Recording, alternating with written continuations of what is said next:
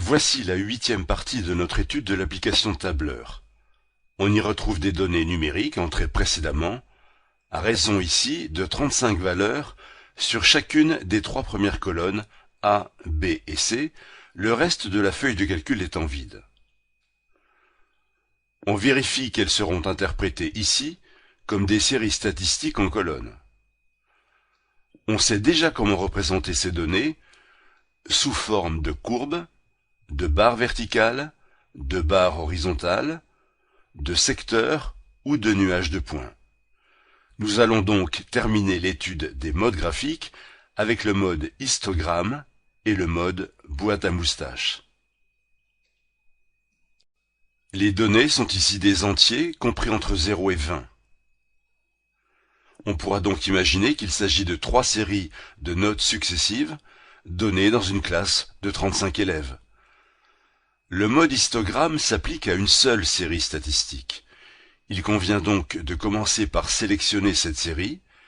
Ici, nous choisissons la totalité de la colonne A, ce qui correspond avec notre interprétation au premier contrôle donné aux élèves.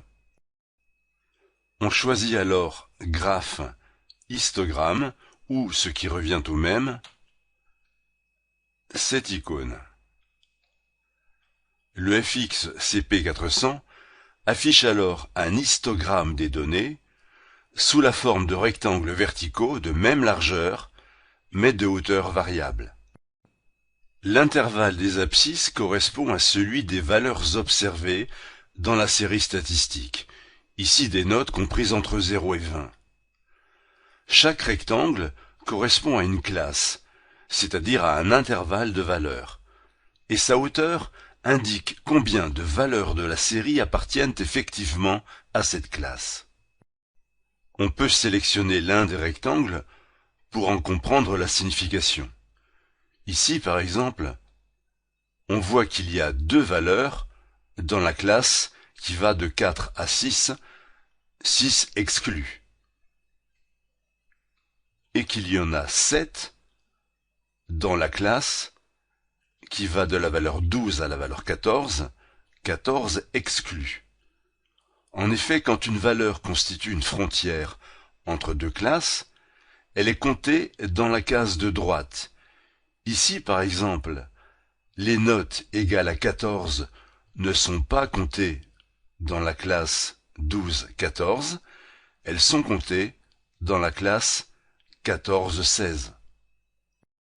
On voit que le FX CP400 a calculé lui-même l'amplitude des classes et la valeur de départ de la première classe.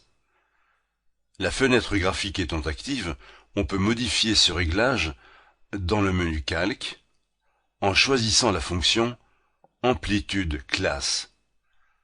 Le FX CP400 demande alors où commencer la première classe et quelle doit être l'amplitude de chaque classe.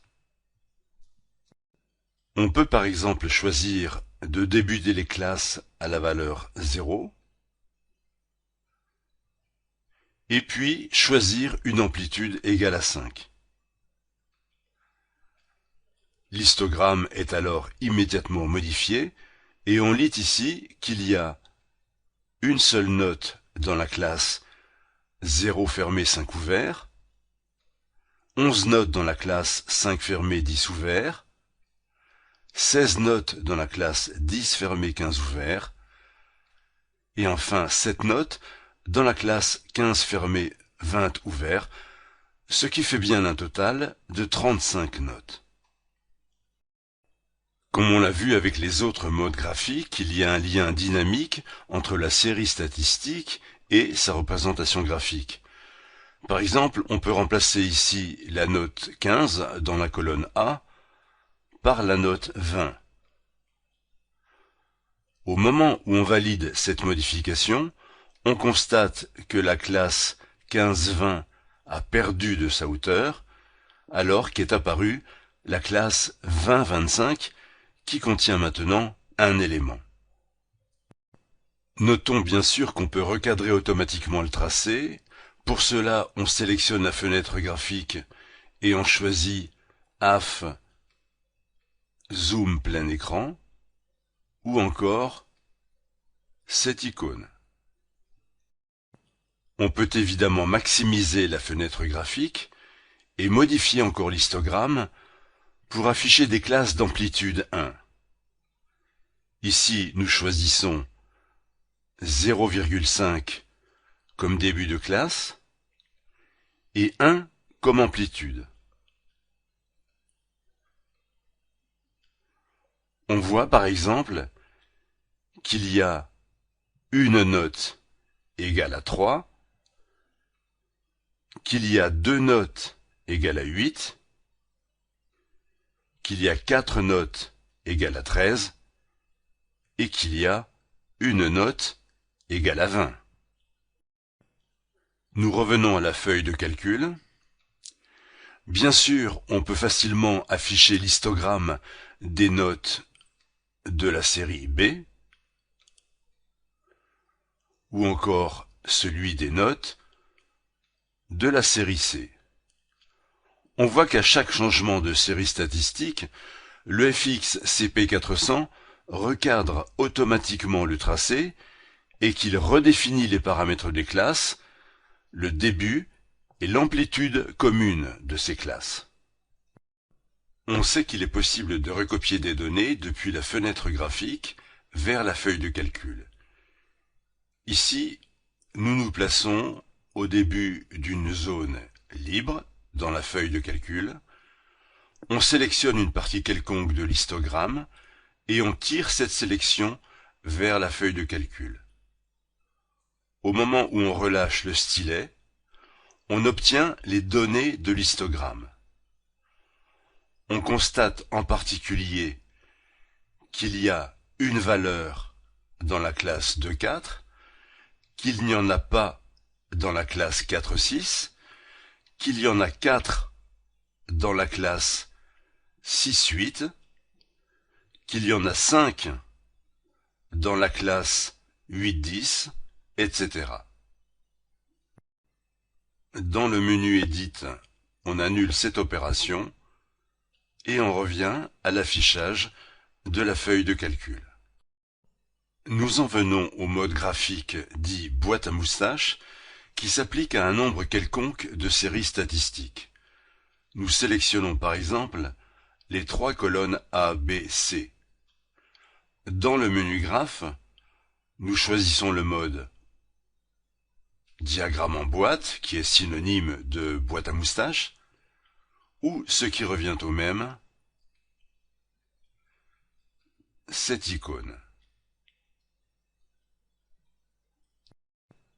Le FX CP400 affiche ici une boîte pour chacune des 3 séries statistiques sélectionnées.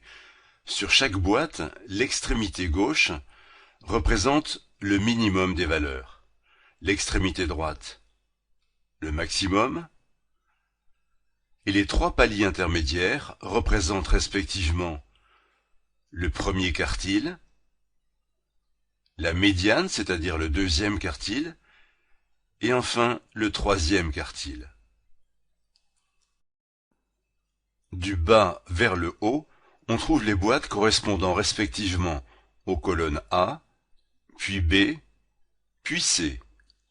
On peut sélectionner chacune des valeurs avec le stylet. Par exemple, on voit que pour la série statistique de la colonne C, le minimum est 3 et le maximum est 18. Toujours pour la colonne C, le premier quartile, c'est-à-dire la valeur qui permet d'arriver à 25% des effectifs cumulés, est égal à 9. La note médiane est égale à 12, c'est elle qui donne 50% d'effectifs cumulés, et les 75% d'effectifs cumulés sont obtenus pour le troisième quartile avec la note 14. Plaçons-nous maintenant sur une zone vide de la feuille de calcul. On sélectionne un point représentatif de la boîte associée à la série statistique C, par exemple. On tire cette sélection vers la feuille de calcul. au moment où on relâche le stylet, le FX CP400 affiche sur 2 colonnes les caractéristiques de la boîte à moustache associée à la série statistique C. La valeur minimum, le premier quartile, la valeur médiane, le troisième quartile et la valeur maximum. Voici qui termine cette 8e partie de notre présentation de l'application tableur. Nous revenons à l'écran d'accueil du FX CP400.